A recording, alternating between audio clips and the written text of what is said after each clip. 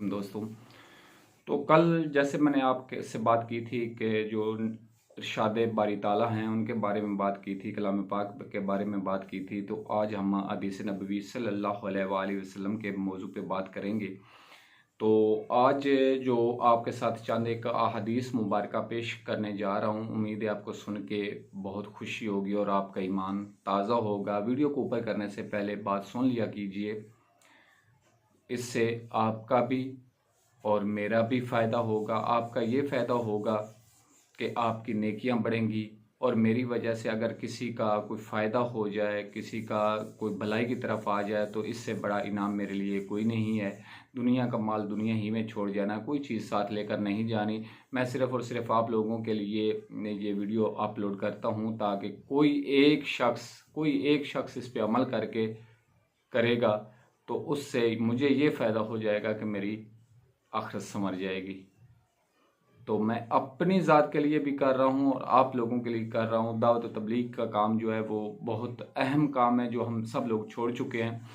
तो हज़ूर अक़दस सल्लल्लाहु अलैहि वसल्लम ने इरशाद फरमाया, पंचाओ मेरी तरफ से अगरचा एक ही आयत हो और बनी इसराइल से जो किस्से सुनो, लोगों की हदायत के लिए बयान करो, इसमें कोई हर्ज नहीं, मगर जो शख्स जानबूझकर मेरी तरफ झूठी बात मंसूब करेगा वो अपना ठिकाना दोज़ख में तलाश कर ले। ये बुखारी शरीफ की हदीस है। अब्दुल्ला बिन उमरू इनके रवायत करने वाले हैं।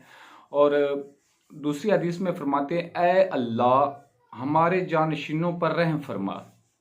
पूछा गया, या रसूल अल्लाह सल्लल्लाहु अलैहि वसल्लम आपके जानशीन कौन हैं?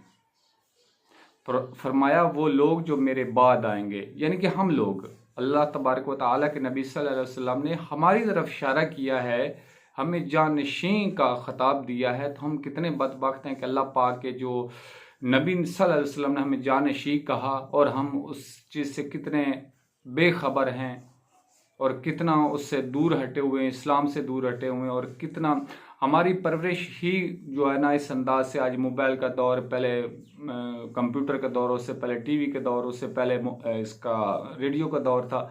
तो आज मोबाइल और फिर टच मोबाइल और सोशल मीडिया का दौर और नेट का दौर। और बहुत जो ये कहते हैं कि नेट ख़राब है। नेट ख़राब नहीं, हम खुद ख़राब हैं।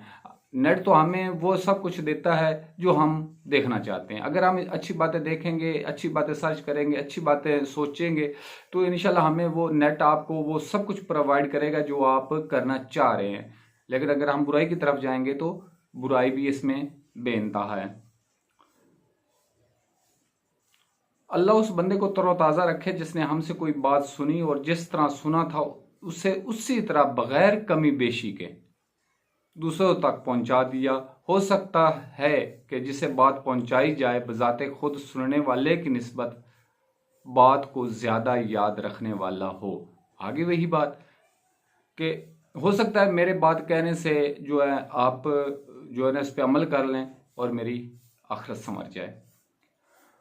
मजीद फरमाते हैं, जो शख्स किसी को हिदायत की दावत दे यानी दीन के रास्ते पर बुलाए, इसको इतना ही अजर मिलेगा जितना इस शख्स को जो इसकी पैरवी इख्तियार करे, और इसकी इताअत गुजार के अजर में से कुछ भी कम ना होगा।